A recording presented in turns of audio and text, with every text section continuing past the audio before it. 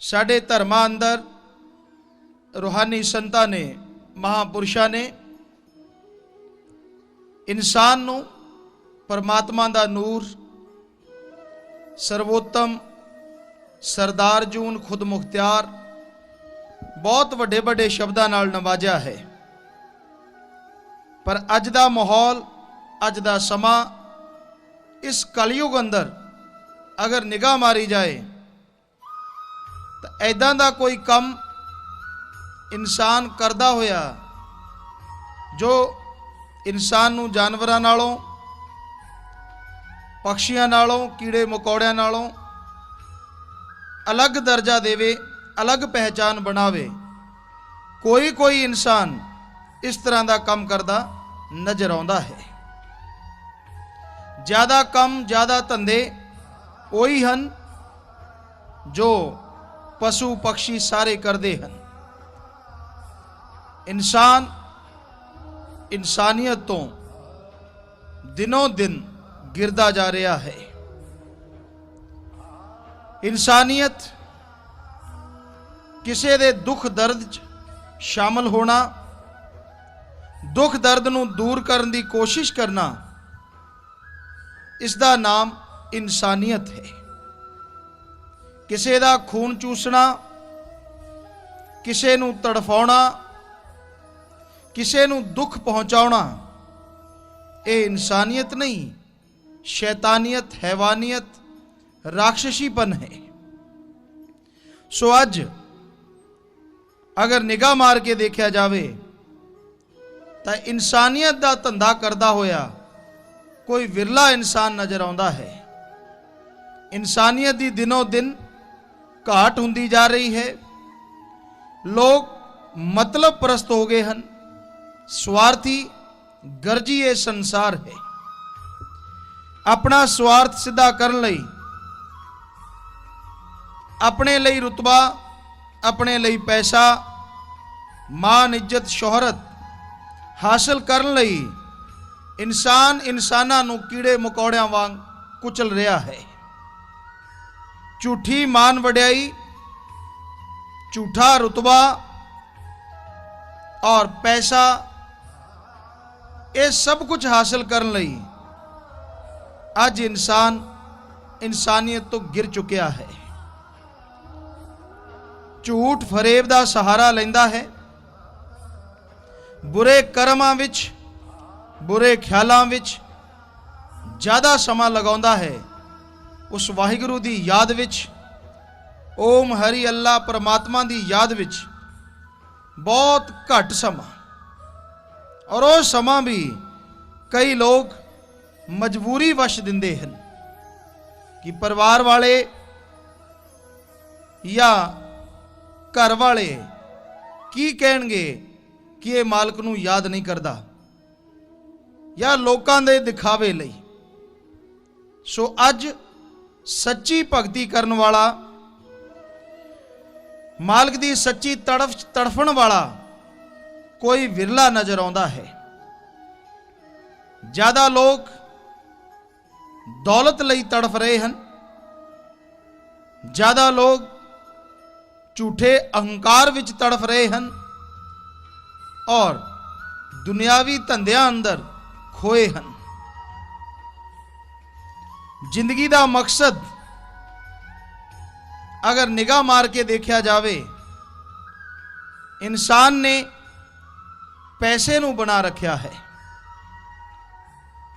कोई धंधा लो, चाहे वह व्यापार, बिजनेस, नौकरी पेशा है, किधर भी निगाह मारो, सारियां दा इक्को ही निशाना है, वध तो वध और जल्दी तो जल्दी धनाड़ किमें बनया जावे,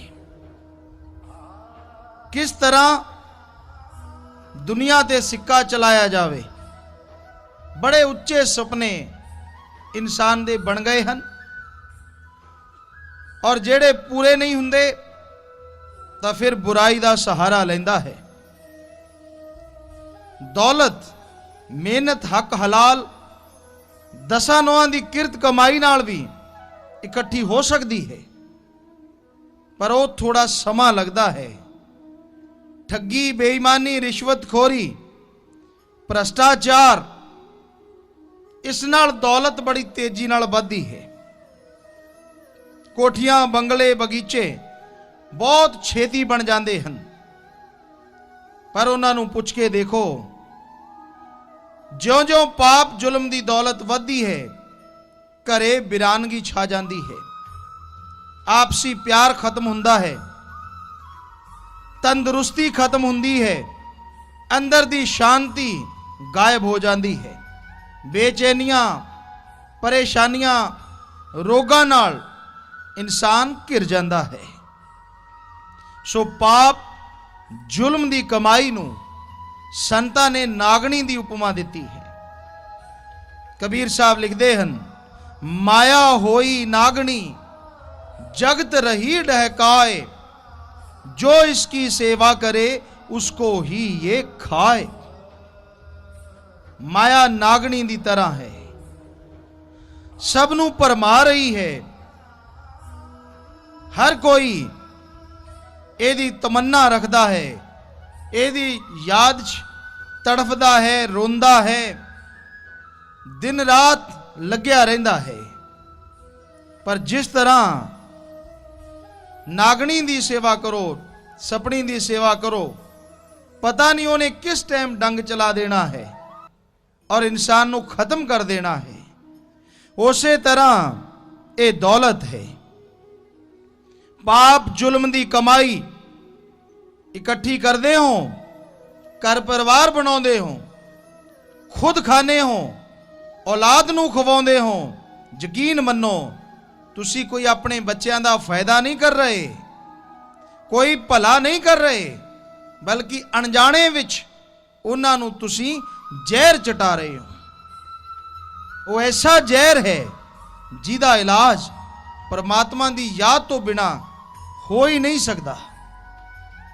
तुहानूं इसका ख्याल नहीं, क्योंकि तुसी जिसनूं शहद समझ रहे हो, आउंदी दौलत शहद वांग लगती है। चाहे वह पाप नाल आवे, चाहे रिश्वत नाल, चाहे ठगी नाल, और चाहे किसी दे खून चूस के, चंगी बहुत लगती है शहद वांग। पर यकीन मनो, विश्वास करो, असर जहर दा करती है। सो ਇਹਦੇ डंगे इंसान दुनिया ते पागल होके घूमते रहते हैं। दौलत जिमें आउंदी है उसे तरह चली भी जाती है। कमाई गए, इकट्ठी करी गए, और कदे ऐसा दिन आया घाटा पै गया, या कोई ऐसी बीमारी आई घरे, जिन्ना कमाया सी उदू दुगना लग गया। सो वो पाप दी कमाई खुद तां गई, तुहाडी तंदुरुस्ती नूं भी नाल बहा के ले गई। सो ये पाप जुल्म कदे ना करो। पर इंसान अज दे समय अंदर कोई पाप पुण्य का विचार नहीं करता। इन्हें तो अपना धर्म, दीन, ईमान, मजहब, पैसे नूं बना रखिया है। अज ज्यादा लड़ाइयां, ज्यादा झगड़े पैसे लई ही हुंदे नजर आउंदे हन। बुराइयां रोको, बुरे कम रोको, नशे रोको, कुरीतियां रोको, तां इंसान चिड़दा है, क्योंकि उसकी दुकानदारी बंद हुंदी है, उन्होंने परेशानी आउंदी है, पैसा बंद हुंदा है, तां फिर वो तड़फदा है, और हर कोई इसनूं रोकण दी हिम्मत नहीं कर सकता। वरना रोकण लई नशे रोकना कोई वड्डी चीज नहीं। अगर सारे धर्मां अंदर नशियां दी सख्त मनाही है, तां की धर्म नूं मन्नण वाले, देश नूं चलाउण वाले नशियां नूं खत्म नहीं कर सकते? अगर ये लिखा सकते हैं कि नशा सेहत लई हानिकारक है छोटे शब्दां च, ताकि हरेक दी निगाह ना चढ़े, तो की वो बंद नहीं करवा सकते? करवा सकते। पर चक्कर सारा माया दा है। माया नागनी हर किसी ते असर पाउंदी है। सो भाई, मालिक वो परमात्मा ਦੇ ਨਜ਼ਰੀਏ ਨਾਲ ਦੇਖਿਆ ਜਾਵੇ, ਜਿਸ ਨੇ ਇਨਸਾਨ ਬਣਾਉਣ ਦੇ ਸਮੇਂ ਇੰਨੇ ਉੱਚੇ ਖਿਤਾਬ ਨਾਲ ਇਸ ਨੂੰ ਨਵਾਜਿਆ ਕਿ 84 ਲੱਖ ਸਰੀਰਾਂ ਵਿੱਚੋਂ ਇਨਸਾਨ ਦਾ ਇੱਕ ਅਜਿਹਾ ਸਰੀਰ ਹੈ ਜੋ ਮਿਰਤ ਲੋਕ ਵਿੱਚ ਰਹਿੰਦਾ ਹੋਇਆ, ਅਸਥੂਲ ਲੋਕ ਵਿੱਚ ਰਹਿੰਦਾ ਹੋਇਆ ਪਰਮਾਤਮਾ ਨੂੰ ਪਾ ਸਕਦਾ ਹੈ ਔਰ ਜਨਮ ਮਰਨ ਦੇ ਚੱਕਰ ਨੂੰ ਖਤਮ ਕਰ ਸਕਦਾ ਹੈ। ਇਸ ਬਾਰੇ ਹਿੰਦੂ ਰੂਹਾਨੀ ਫਕੀਰਾਂ ਨੇ ਵੀ ਲਿਖਿਆ ਕਿ ਈਸ਼ਵਰ ਨੇ ਇਨਸਾਨ ਨੂੰ ਬਣਾਇਆ, ਦੇਵੀ ਦੇਵਤਿਆਂ ਨੂੰ ਕਿਹਾ ਆਓ ਇਹਨੂੰ ਨਮਸਕਾਰ ਕਰੋ, ਮੱਥਾ ਝੁਕਾਓ, ਸਿਰ ਝੁਕਾਓ। ਮੁਸਲਮਾਨ ਫਕੀਰ ਵੀ ਲਿਖਦੇ ਹਨ ਕਿ ਖੁਦਾ ਨੇ ਇਨਸਾਨ ਦਾ ਬੁੱਤ ਤਿਆਰ ਕੀਤਾ, ਸਾਰੇ ਫਰਿਸ਼ਤਿਆਂ ਨੂੰ ਕਿਹਾ ਇਸ ਬੁੱਤ ਕੋ ਸਜਦਾ ਕਰੋ। ਕਿਉਂ? ਕਿ ਇਸ ਲਈ ਕਿ ਇਨਸਾਨ ਦੂਜਿਆਂ ਤੇ ਜ਼ੁਲਮ ਕਰ ਸਕਦਾ ਹੈ, ਕਿ ਇਸ ਲਈ ਕਿ ਇਹ ਪੈਸੇ ਲਈ ਕਿਸੇ ਨੂੰ ਦਬਾ ਖਤਮ ਕਰ ਸਕਦਾ ਹੈ, ਕਿ ਇਸ ਲਈ ਨਿਰਦੋਸ਼ ਜੀਵਾਂ ਨੂੰ ਆਪਣੇ ਜੀਵ ਦੇ ਸਵਾਦ ਲਈ ਕੱਟ ਕੱਟ ਕੇ ਤਲ ਤਲ ਕੇ ਖਾ ਸਕਦਾ ਹੈ।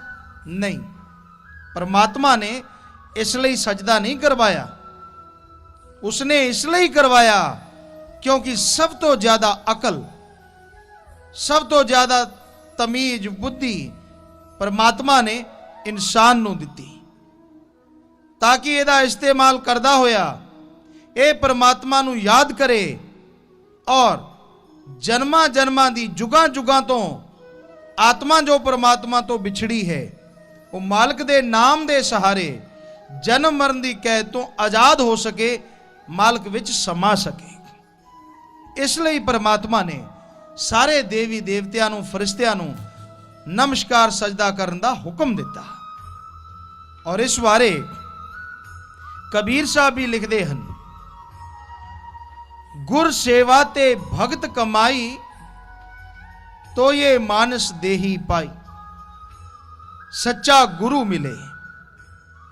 ਗੂ ਦਾ ਮਤਲਬ ਹੁੰਦਾ ਹੈ ਅੰਧਕਾਰ, ਜਦੋਂ ਇਹ ਸ਼ਬਦ ਬਣਿਆ। ਰੂ ਦਾ ਮਤਲਬ ਹੈ ਪ੍ਰਕਾਸ਼। ਗੁਰੂ ਤੋਂ ਭਾਵ ਜੋ ਅਗਿਆਨਤਾ ਰੂਪੀ ਅੰਧਕਾਰ 'ਚ ਗਿਆਨ ਦਾ ਦੀਵਾ ਜਲਾ ਦੇਵੇ, ਗਿਆਨ ਕਰ ਦੇਵੇ, ਉਹ ਗੁਰੂ ਹੈ। ਐਸਾ ਗੁਰੂ ਹਰ ਕਿਸੇ ਨੂੰ ਪਰਮਾਰਥ, ਦੂਜਿਆਂ ਦਾ ਭਲਾ ਕਰਨਾ, ਭਲੇ ਕਰਨ ਦੀ ਪ੍ਰੇਰਣਾ ਦਿੰਦਾ ਹੈ ਔਰ ਪਰਮਾਤਮਾ ਨਾਲ ਜੋੜਦਾ ਹੈ।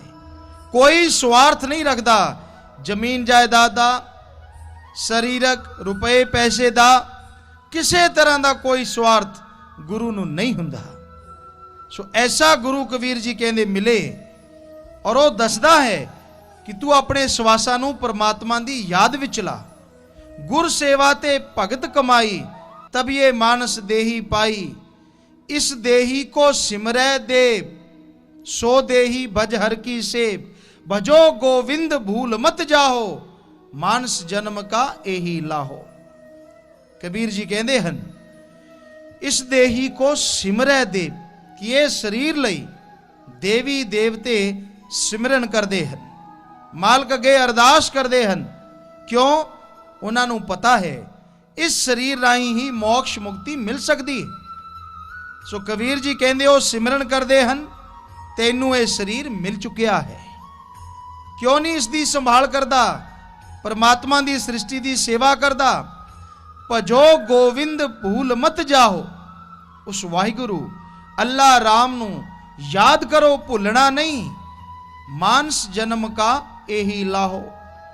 इंसानी शरीर का सब तो बड़ा लाभ अगर उठाया जा सकता है तो उस परमात्मा नू देखना और उसकी बनाई सृष्टि की रचना बारे जानकारी हासिल करना। अज इंसान नमिया नमिया खोजां कर रहा है, रिसर्च कर रहा है, लेकिन कितनी हैरानी की गल है, अपने बारे असी कौन हाँ, कित्थों विछड़े हाँ, कौन है जिहड़ा सारी सृष्टि नू काबू विच करी बैठा है, कैसा है वो, कित्थे रहिंदा है वो, उसदे बारे कोई रिसर्च खोज करन नू तैयार नहीं। दुनिया दीयां जिन्नियां भी खोजां होईयां हन, रिसर्च होए हन, जिन्नियां भी साइंसदानां ने काढां कढियां हन, उन्हां लई ਕਈਆਂ ਨੇ ਤਾਂ ਆਪਣੀ ਸਾਰੀ ਜ਼ਿੰਦਗੀ ਲਾ ਦਿੱਤੀ, ਕਿਸੇ ਨੇ 25-30 ਸਾਲ ਲਾਏ, ਤਦ ਜਾ ਕੇ ਕੋਈ ਆਵਿਸ਼ਕਾਰ ਹੋਇਆ, ਨਵੀਂ ਕਾਢ ਕੱਢੀ ਗਈ। ਪਰ ਹੈਰਾਨੀ ਇਸ ਗੱਲ ਦੀ ਹੈ, ਪਰਮਾਤਮਾ ਨੂੰ ਪਾਉਣ ਲਈ ਲੋਕ ਸਮਾਂ ਨਹੀਂ ਦੇਣਾ ਚਾਹੁੰਦੇ। ਕੋਈ ਪੈਸਾ ਬਰਸਾਉਂਦਾ ਹੈ, ਕੋਈ ਚੜਾਵਾ ਚੜਾਉਂਦਾ ਹੈ, ਕੋਈ ਤਰ੍ਹਾਂ ਤਰ੍ਹਾਂ ਦੇ ਕੱਪੜੇ ਪਾ ਕੇ ਮਾਲਕ ਨੂੰ ਖੁਸ਼ ਕਰਨਾ ਚਾਹੁੰਦਾ ਹੈ। ਸੋ ਇਹ ਤਰੀਕੇ ਸਾਰੇ ਗਲਤ ਹਨ। ਪਰਮਾਤਮਾ ਨੂੰ ਵੀ ਪਾਉਣ ਲਈ ਤੁਹਾਨੂੰ ਸਮਾਂ ਦੇਣਾ ਪਏਗਾ। ਜਿੱਦਾਂ ਹਰ ਕੰਮ ਲਈ, ਹਰ ਫਲ ਪਾਉਣ ਲਈ ਮਿਹਨਤ ਕਰਨੀ ਪੈਂਦੀ ਹੈ, ਚਾਹੇ ਉਹ ਪਹਿਲੀ ਕਲਾਸ ਹੀ ਕਿਉਂ ਨਾ ਹੋਵੇ, ਉਹਦੇ ਲਈ ਵੀ 1 ਸਾਲ ਦੇਣਾ ਪੈਂਦਾ ਹੈ। ਸੋ ਪਰਮਾਤਮਾ ਲਈ ਕਿ 6 ਮਹੀਨੇ ਜਾਂ 4 ਮਹੀਨੇ ਯਾਦ 'ਚ ਨਹੀਂ ਲਾਉਣੇ ਚਾਹੀਦੇ? ਲਾਉਣੇ ਚਾਹੀਦੇ। ਪਰ ਅੱਜ ਦਾ ਇਨਸਾਨ ਪਰਮਾਤਮਾ ਦੀ ਯਾਦ 'ਚ ਸਮਾਂ ਨਹੀਂ ਲਾਉਣਾ ਚਾਹੁੰਦਾ, ਬਲਕਿ ਕੋਈ ਛੋਟਾ ਰਸਤਾ, ਜਿਹਨੂੰ ਇੰਗਲਿਸ਼ 'ਚ ਕਹਿੰਦੇ ਸ਼ਾਰਟਕਟ, ਭਾਲਣਾ ਚਾਹੁੰਦਾ ਹੈ ਕਿ ਮਿਹਨਤ ਕਰਨੀ ਨਾ ਪਵੇ ਔਰ ਪਰਮਾਤਮਾ ਮਿਲ ਜਾਵੇ।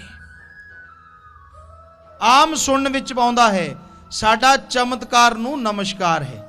ਕੋਈ ਸਾਨੂੰ ਪਰਮਾਤਮਾ ਦਿਖਾ ਦੇ, ਅਸੀਂ ਮੰਨ ਲਾਂਗੇ ਉਹ ਬਹੁਤ ਵੱਡਾ ਭਗਤ ਹੈ, ਬਹੁਤ ਵੱਡਾ ਸੰਤ ਹੈ।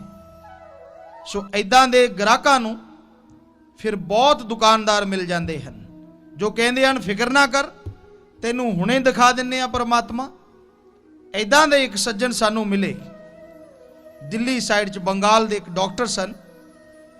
ਜਦ ਸਤਸੰਗ ਸੁਣੀ, ਨਾਮ ਲਿਆ, ਬਾਤ ਚਰਚਾ ਕਰੀ, कहने लगे गुरु जी मेरे साथ भी ऐसा ही हुआ है। असी क्या, किस तरह होया? कहना मैं इंग्लिश रूहानी संतां दी बाणी पढ़ी सी और उस विच आउंदा है गॉड्स वॉइस एंड लाइट या लाइट एंड साउंड, जिन्हों अनहद बाणी, धुरकी बाणी, बांगे इलाही दूजे धर्मां च कहा जाता है। सो कहना मैं क्या, कोई मैनू उस लाइट या आवाज नाल मिला देवे, मैं मन्नूंगा वो बहुत वड्डा भगत है। सो कहना एक जगह मैं चलिया गया, वो कहन लगे जी हाँ तुहानू हुणे लाइट नाल मिला दिन्ने आ, अंदर दी जो लाइट है वो बाणी है हुणे सुना दिन्ने आ। कहंदा जी मैं क्या, ये तो सही जगह आ गए। मैं क्या दिखाओ? कहंदे ना, पहला टैक्स कड्डो, वो तुसी जाणदे ही हो, परमात्मा दे नाम ते जो लिया जांदा टैक्स ही है। परमात्मा तो कदे लैन आया नहीं, कदे वेख्या तुसी मालक नूं पैसा लैंदे होए? सवाल पैदा नहीं हुंदा। सो उत्थे फिर आउंदे हाँ, वो कहंदा जी मैं क्या ठीक है पैसा दिंदा हाँ, पैसा दिता 500 400 जिन्ना भी ख्याल च नहीं साडे। सो कहंदा 2 पहलवान आदमी सी, उन्होंने खब्बियों सज्जियों फड़िया, एक कमरे अंदर लै गए, हनेर घुप सी उसदे अंदर। उत्थे कहंदा जी मैनू बहा लिया, दोने खब्बे सज्जे बह गए बाहां फड़ के। एक सज्जन आए, वो सामने बह गए और बह के कहंदा मैनू कहंदे अखां बंद कर। कहंदा जी मैं अखां बंद कर लियां। कहंदा मेरे कोयां ते दोने गुठे ला ले और थोड़ा जिहा दबिया। कहंदे क्यों, लाइट नजर आई? कहंदा मैनू कुछ नजर नहीं सी आ रहा। मैं क्या जी कुछ नजर नहीं आउंदा। कहंदे कोई नहीं इंतजार कर। थोड़े जे अंगूठे होर दबते। कहना मेरे दर्द होने लग्या। वो फिर पुछदे क्यों, गॉड्स लाइट नजर आई? कहना मैं अंदर ही अंदर सोचिया डॉक्टर बेटा मन जा, जे तू हुण भी इनकार कर दिता, अंदरली लाइट आवे ना आवे, बाहरली जरूर उड़ जानी है। सो जेड़े चमत्कार दे भुखे है ना, उन्हां नूं ठगण वाले भी अजकल दुनिया च बहुत हैं। कहंदे जी हथ ते आ दिखा देंगे, ये कर देंगे, ओ कर देंगे, हुंदा सब पखंडवाद है। परमात्मा दी रहमत, मालिक दी दया मेहर अगर हासिल करनी है तो तरीका जिहड़ा साडे धर्मां च लिखिया है, नाम जपना, सुमरन करना, अभ्यास करना, उहदी याद च बैठना, ये जरूरी है। होर कोई शॉर्टकट परमात्मा वल नहीं जाता। जिथे भी जाओगे कोई ना कोई किसी ना किसी पखंड राही तुहानू अपने जाल विच जरूर फसा लेगा। सो इन्हां चक्रां च ਕਦੇ ਨਾ ਪਾਓ। ਪਰ ਅੱਜ ਦੇ ਸਮੇਂ ਅੰਦਰ, ਇਸ ਘੋਰ ਕਲਯੁਗ ਅੰਦਰ, ਇਨਸਾਨ ਜ਼ਿਆਦਾ ਇਨਸਾਨੀਅਤ ਛੱਡ ਕੇ ਸ਼ੈਤਾਨੀ ਦਾ ਨੰਗਾ ਨਾਚ ਨੱਚ ਰਿਹਾ ਹੈ। ਕਈ ਜਗ੍ਹਾ ਅਸੀਂ ਦੇਖਿਆ, ਆਪਣੇ ਜੀਵ ਦੇ ਸਵਾਦ ਲਈ ਮੁਰਗਿਆਂ ਦੀਆਂ ਗਰਦਨਾਂ ਮਰੋੜ ਮਰੋੜ ਛੱਡ ਦਿੰਦੇ ਹਨ, ਅੱਧ ਮਰਿਆ ਕਰ ਦਿੰਦੇ ਹਨ। ਉਹ ਉਡਾਰੀ ਮਾਰਦਾ ਹੈ ਔਰ ਉਹ ਠਾਕੇ ਮਾਰਦੇ ਹਨ ਤਾੜੀ ਮਾਰ ਮਾਰ ਕੇ। ਵੇਖ ਕਿੱਦਾਂ ਉੱਡਦਾ ਹੈ। ਹੇ ਭਲਿਆ ਮਾਨਸਾ, ਕੋਈ ਤੇਰੇ ਬੇਟੇ ਦੀ ਗਰਦਨ ਮਰੋੜ ਦੇ, ਫਿਰ ਤੈਨੂੰ ਹਾਸੀ ਆਏਗੀ? ਸਵਾਲ ਪੈਦਾ ਨਹੀਂ ਹੁੰਦਾ। ਕਹਿੰਦਾ ਜੀ ਇਦਾਂ ਕਿੱਦਾਂ ਮਰੋੜ ਦੂੰ, ਮੈਂ ਤਾਂ ਆਹ ਕਰ ਦੂੰ, ਮੈਂ ਉਹ ਕਰ ਦੂੰ। ਤੇ ਕੀ ਪਰਮਾਤਮਾ ਤੇਰੇ ਨਾਲੋਂ ਕਮਜ਼ੋਰ ਹੈ? ਜੇ ਤੂੰ ਆਪਦੇ ਬੇਟੇ ਦੇ ਦਰਦ ਲਈ, ਮੋਹ ਲਈ ਇੰਨਾ ਕੁਝ ਕਰ ਸਕਦਾ ਹੈ, ਤਾਂ ਉਹ ਮੁਰਗੇ, ਛਤਰੇ, ਬੱਕਰੇ ਕਿਹਦੀ ਔਲਾਦ ਹਨ? ਕਦੇ ਧਰਮਾਂ 'ਚ ਪੜ੍ਹ ਕੇ ਦੇਖੀ? ਹਰ ਧਰਮ 'ਚ ਲਿਖਿਆ ਹੈ, ਜਿੰਨੇ ਵੀ ਜੀਵ ਜੰਤੂ ਹਨ, ਹਰ ਕਿਸੇ ਦੇ ਅੰਦਰ ਉਹ ਵਾਹਿਗੁਰੂ, ਅੱਲਾ, ਓਮ ਹਰੀ ਦਾ ਨੂਰ ਹੈ। ਪਰਮਾਤਮਾ ਖੁਦ ਵਸਦਾ ਉਹਨਾਂ ਅੰਦਰ, ਔਰ ਸਾਰੇ ਇੱਕੋ ਪਰਮਾਤਮਾ ਦੀ ਔਲਾਦ ਹਨ। ਤਾਂ ਅਗਰ ਤੂੰ ਆਪਣੇ ਬੇਟੇ ਲਈ ਤੜਫਦਾ ਹੈ ਔਰ ਤੂੰ ਉਸ ਪਰਮਾਤਮਾ ਦੀ ਔਲਾਦ ਨੂੰ ਤੜਫਾਉਂਦਾ ਹੈ, ਤਾਂ ਕੀ ਪਰਮਾਤਮਾ ਤੈਨੂੰ ਪ੍ਰਸ਼ਾਦ ਦੇਗਾ? ਕਿ ਉਹ ਸਜ਼ਾ ਨਹੀਂ ਦੇਗਾ? ਇਨਸਾਨ ਇਹ ਗੱਲ ਭੁੱਲ ਜਾਂਦਾ ਹੈ। ਅਕਲ 'ਚ ਇੰਨਾ ਅੰਨਾ ਹੋਇਆ ਹੈ, ਇੰਨਾ ਘਮੰਡ ਵਿੱਚ ਖੋਇਆ ਹੋਇਆ ਹੈ ਕਿ ਇਸ ਬਾਰੇ ਕਦੇ ਵਿਚਾਰ ਨਹੀਂ ਕਰਦਾ। ਦੋਗਲੀ ਨੀਤੀ ਹੈ ਇਨਸਾਨਾਂ ਦੀ। ਪਸ਼ੂਆਂ ਲਈ ਹੋਰ, ਕਿਸੇ ਲਈ ਕੁਝ ਹੋਰ ਤਰੀਕਾ, ਔਰ ਜਦੋਂ ਉਹੀ ਗੱਲ ਆਪਣੇ ਤੇ ਆਉਂਦੀ ਹੈ ਤਾਂ ਕੁਝ ਹੋਰ ਕਹਿ ਦਿੰਦਾ ਹੈ। ਸੋ ਭਾਈ, ਇਹ ਸਭ ਦੇਖ ਕੇ ਪਰਮਾਤਮਾ ਵਾਕਈ ਹੈਰਾਨ ਤਾਂ ਜ਼ਰੂਰ ਹੁੰਦਾ ਹੋਏਗਾ ਕਿ ਉਹ ਇਜਾਦ ਕੀਤਾ ਹੋਇਆ ਸਰੀਰ ਹੈ, ਜਿਸ ਨੂੰ ਇਹ ਹੱਕ ਹਨ ਕਿ ਉਹ ਇੱਥੇ ਰਹਿੰਦਾ ਹੋਇਆ ਸੁਪਰੀਮ ਪਾਵਰ ਦੇਖ ਸਕਦਾ ਹੈ, ਆਪਣਾ ਆਤਮ ਬਲ, ਆਪਣੀਆਂ ਰੂਹਾਨੀਆਂ ਤਾਕਤਾਂ ਜਗਾ ਸਕਦਾ ਹੈ, ਔਰ ਖੰਡ ਬ੍ਰਹਿਮੰਡ ਤੋਂ ਜਿੰਦੇ ਜੀ ਪਾਰ ਜਾ ਸਕਦਾ ਹੈ। ਸਭ ਕੁਝ ਜੋ ਬ੍ਰਹਿਮੰਡ ਅੰਦਰ ਹੈ ਖੁਦ ਦੇਖ ਸਕਦਾ ਹੈ, ਪਰ ਇਹ ਬੁਰਾਈਆਂ ਵਿੱਚ ਖੋਇਆ ਹੋਇਆ ਹੈ।